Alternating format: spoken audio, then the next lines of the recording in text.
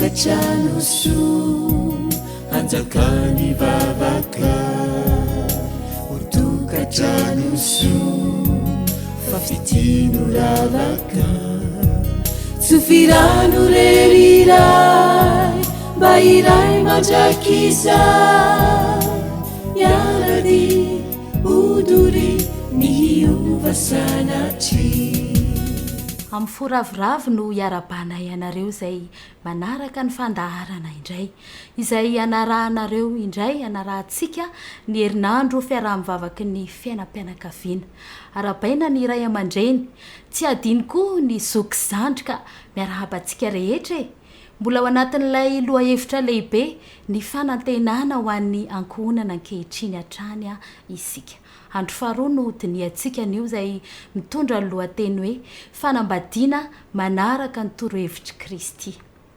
ka enganeny ankohonana tsirairay anaraka izany torohevitry Kristy izany ka dia manarafinaritra ary tompoko milohan'izay hatrany dia andeha apetrakintsika amin'Andriamanitra izao fotoana izao iaraka hivavaka isika.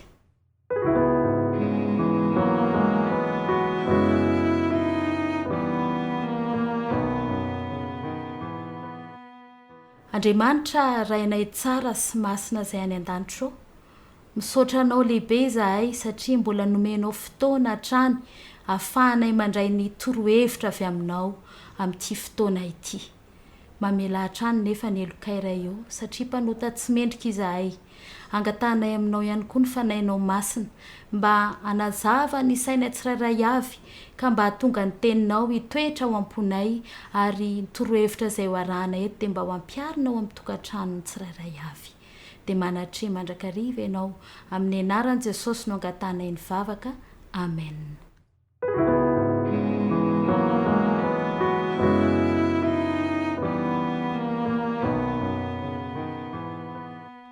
Andeha anaraka hira anankiray isika mialohan'ny famelabelarana izany.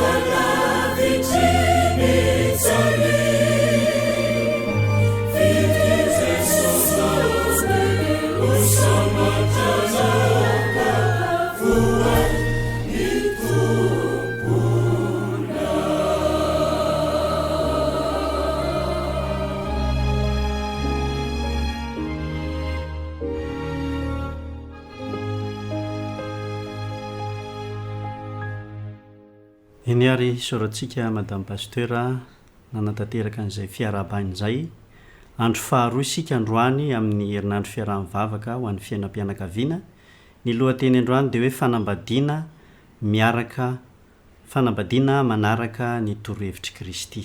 Fanambadiana manaraka ny torohevitry Kristy. Amin'ny baiboly dia misy torohevitra betsaka mahasoa izay ahafahana mampanjaka ny fifaliana amin'ny fifandraisantsika fianakaviana. Arakaraka ny iarahan'ny mpivady mamaky ny tenin'Andriamanitra no mampifanaraka azy ireo amin'izay irian'Andriamanitra ho azy sy ho an'ny fianakaviany. Raha ny marina mantsy dia tsy vitan'ny olombelona mandrakariva ny aro ny fitiavana amin'ny ratra sy ny dona. Rehefa mampiatra ny tenin'Andriamanitra nefitsika eo amin'ny fifandraisan'ny mpianakavy dia afaka hanome voninahitra an'Andriamanitra eo amin'izany fifandraisana izany. Tsy hitranga nefa izany raha tsy manokana fotoana isika mba hiarahana sy hiaraha-mitombo amin'ny alalan'ny herin'Andriamanitra. Koa amin'ity anio ity dia ny fahatanterahan'ny fikasan'Andriamanitra ho an'ny fanambadiana rehetra dia azavaina ao anatin'ny fanoharana anankiray tahaka ny fampiasana kaonty ara-pihetsehem-pony mpivady. Tahaka ny kaonty rehetra any amin'ny banky dia misy kaonty ara-pihetsehem-po. Afaka misintona vola ao amin'ny kaonty iray ianao raha misy vola ao anatiny.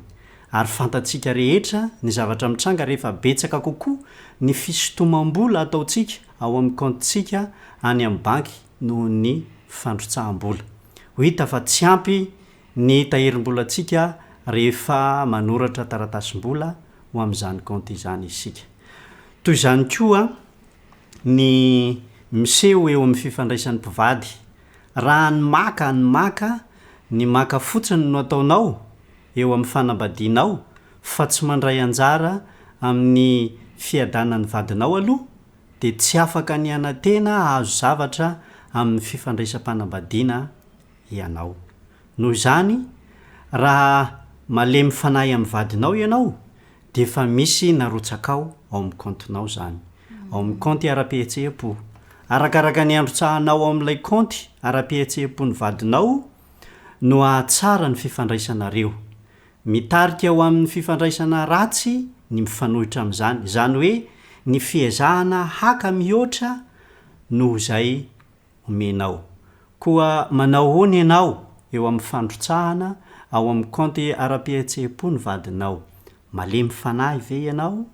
Mahari-po, manohana, mampahery ary mamela heloka tsy tapaka sa mpanaraby, tsy manam-paharetana, pitsikera, sarotiny, sarotra iaraha-monina ary mpanafitoina.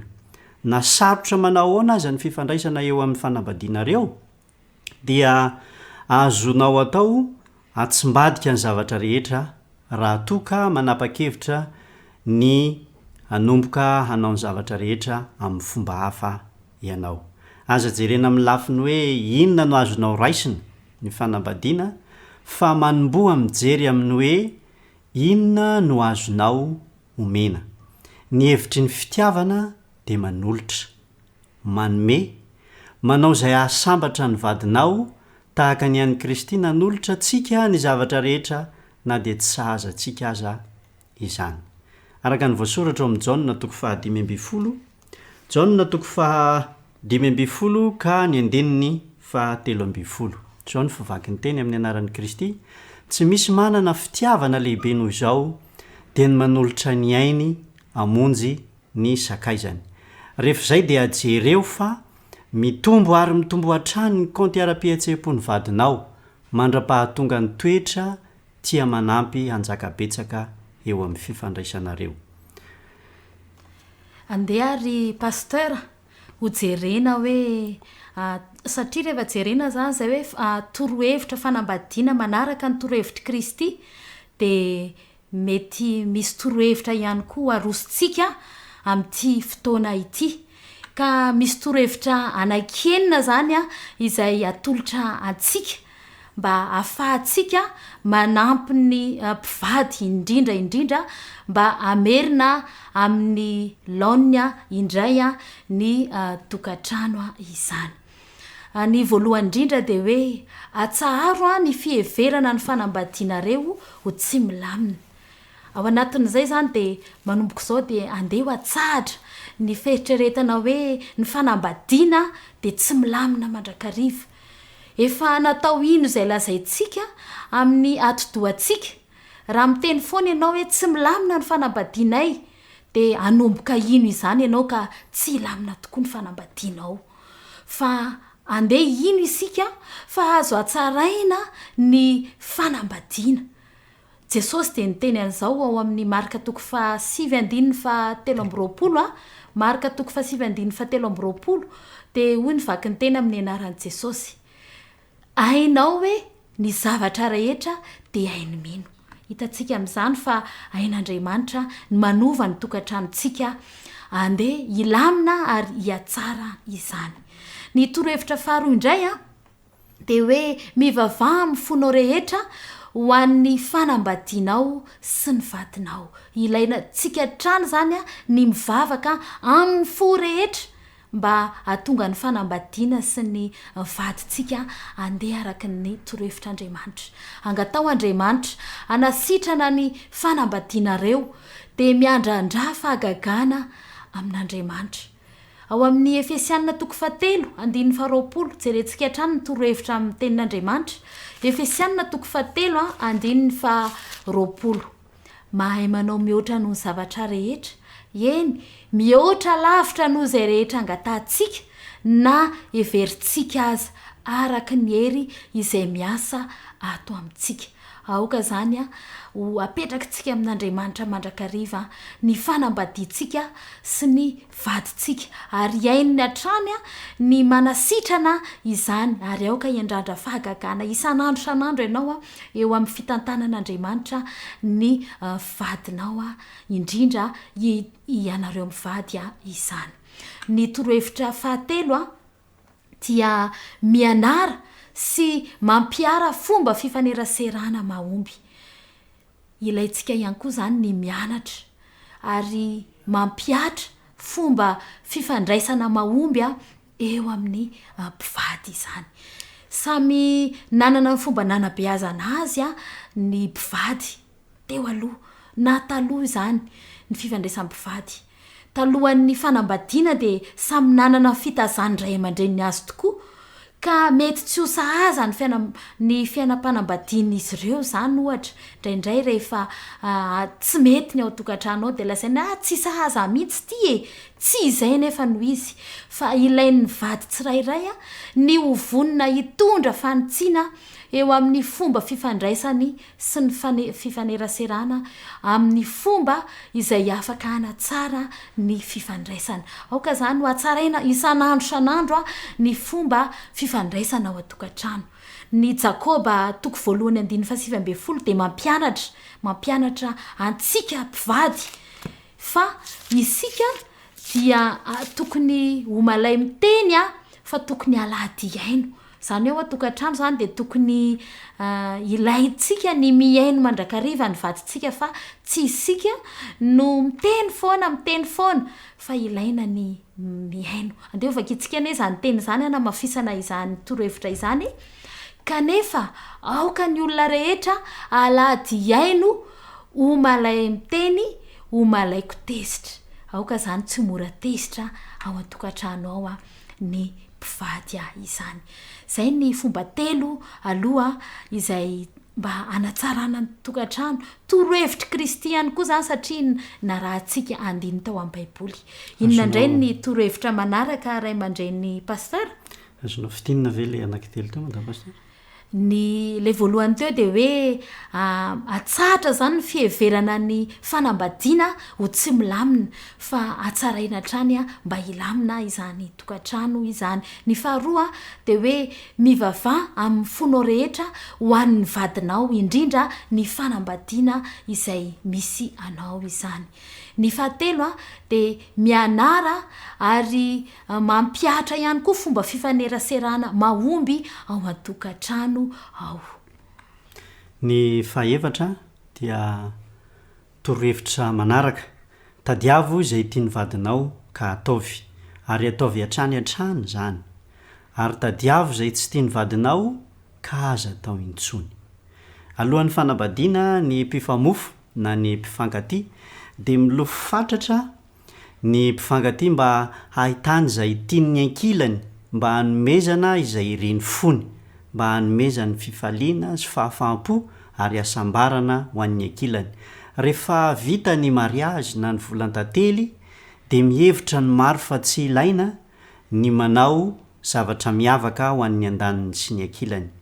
Izany no mitranga rehefa mandre ny olona fa misy miteny hoe manambady olona tsy sahazy izy. Tsy hoe nanambady olona tsy sahazy izy, fa nitsahatra ho ilay olona tsy sahaza ny andaniny na ny ankilany intsony. Eto zany dia tsy misy an'le hoe tsy sahaza fa le olona misy zany no nitsahatra izay olona tsy sahaza ny andaniny na ny ankilany. Fa raha tohizana zany ilay fifankatiavana tamin'ny voalohany dia mbola afaka mitohy ihany izany fifaliana sy fahasambarany tokantrano izany. Koa amin'izany na inona tianareo atao amin'ny olona dia mba ataovy aminareo kosa, ataovy amin'ny kosa tahaka izany. Matio 7:12. Ny tokony ataontsika zany dia tokony tsy famolaka na hifanorisory fa mitady izay mahafaly na mahasoa ny vadinao mandrakariva ary tsy manao izay mahasosotra azy. Ny torohevitra fahadimy dia ilaitsika ny mifamela heloka. Ity no sarotra indrindra raha resaka ara-pitiavana, ny mifamela heloka na ny mamela heloka izay nanao fahadosoana na izay nandratra anao. Nefa tsy afaka ny tia olona iray isika amin'ny fahafenony raha tsy mamela heloka. Tsy afaka ny tia olona iray isika amin'ny fahafenony isika ho tena tia azy, ho tena tia olona iray raha tsy mamela heloka. Ny famelan-keloka mantsy dia manampy amin'ny fanombohana ny dingam-pahasitranana amin'ny ratra sy amin'ny faniriana malifaty. Ny famelan-keloka zany dia efa manala sahady ny ratraponao, manala ihany koa ny fanirianao hamalifaty. Ny fahenina dia ataovy betsaka ny fimehezana ao amin'ny fiainam-panambadiana ao an-tokantrano. Araka ny fikarohana natao dia ny tokantrano ao amin'ny fanambadiana feno atsikana no isan'ireo tokantrano na fanambadiana mateza indrindra. Miteraka fifaliana, miteraka fahasalamana ihany koa ho an'ny tena izany fiomehezana na fitsikitsikiana ao an-tokantrano izany. Ny soratra masina aza moa amin'ny obolana 7:12 ny 2:20 dia milaza manao hoe ny foravoravo mahasalama tsara fa ny fanaikivy mahamaina ny taolana. Ilaitsika zany ny fiomehezana, ny tsikitsikiana lava ao an-tokantrano. Sady mahatalanjona ny mahafinaritra ny sarotra ny fanambadiana ry havana. Mahatalanjona sy mahafinaritra satria no volavolain'ny mpamorona izany mba hanehoantsika ny endriny. Sarotra satria mampikambana olona roa manan-kilema ary tsy tanteraka ary titena, ary mbola ho lasa manan-kilema sy tiatena kokoa azy izy ireo rehefa mivady. Noho izany dia ilaitsika mpivady ny miatrika io zava-misy io ary hiara-miasa tahaka ny ekipa iray sy ny samy-mpinamana mba hahatonga antsika handresy izany olana ara-panambadiana zany. Tsy maintsy miara-miady amin'ny fahavalo izay mandrahona ny hanimba ny firaisantsika amin'ny samy isika sy Andriamanitra isika. Andeha ary hiaraka hivavaka isika. Milo an'izay nefa pasteur tsara kokoa hoe mba fitinina kely izay torohevitra le telo farany teo izay satria ilaitsika ny mba mampiditra izay torohevitra izay mba ho tadidin'ny mpiaino tsara izany. Misaotra madame pasteur. Torohevitra telo farany teo dia tadiavo izay tiany vadinao ka ataovy, ary ataovy hatrany zany izay tiany, ary tadiavo ihany koa izay tsy tiany ka aza atao intsony. Zay zany ny torohevitra fahaefatra. Ny torohevitra fahadimy dia mamela heloka matetika. Aoka zany famela heloka ny mpivady, ny fianakaviana, ny ray aman-dreny sy ny zanaka ihany koa ao anatin'izay. Ny torohevitra fahaenina farany moa dia hoe ataovy betsaka ny fiomehezana ao an-tokantrano eo amin'ny sehatry ny fanambadiana. ia misaotra ray aman-dreny pasteur fa mahafinaritra tokoa izany torohevitry Kristy izany a, ary sambatra isika manana trano ny tenin'Andriamanitra mba ahafahantsika manatsara trany a ny tokantrano a ny tsirairay avy.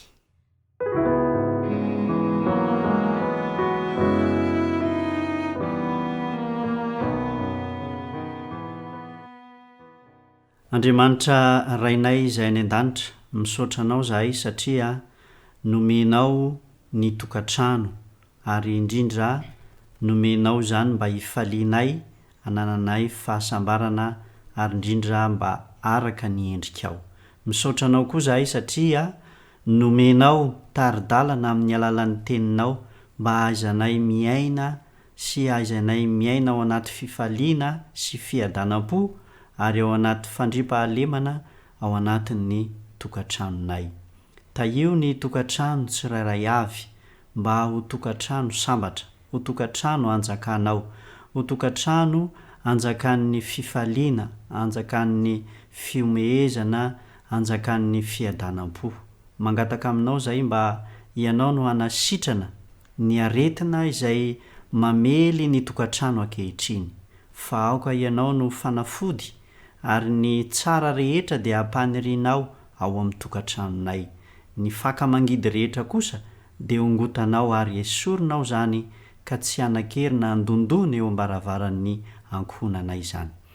Meo fifaliana ny tokantrano tsirairay avy, meo fahendrena ny tanora ary ny mpivady dia hampitomboina ao hatrany ny fifankatiavana izy ireo ary mba atsapa tokantrano sambatra feno fifaliana sy feno fitahiana satria tahinao Andriamanitra ray izay nanome sy nanamasina izany tokantrano izany.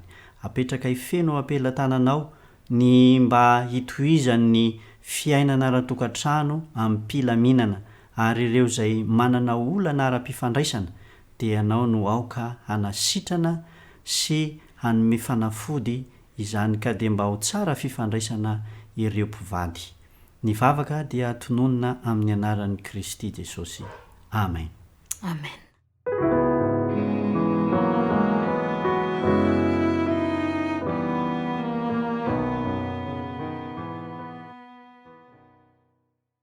Mino izahay fa nafinaritra anao no nanaraka iny torohevitra ho an'ny fianakaviana iny, indrindra ny mpivady tsirairay avy. Koa dia mirary soa ny tokantranonao hatrany izahay ary mametraka ny miandram-piona indray a samy ho tahin'Andriamanitra isika rehetra. Veloma tompoko. Veloma tompoko. Ho tokantrano soa anjakany vavaka, ho tokantrano soa fafitino ravaka, tsofirano reriray mba iray mandrakiza yaradi uduri ni hiova sanatri.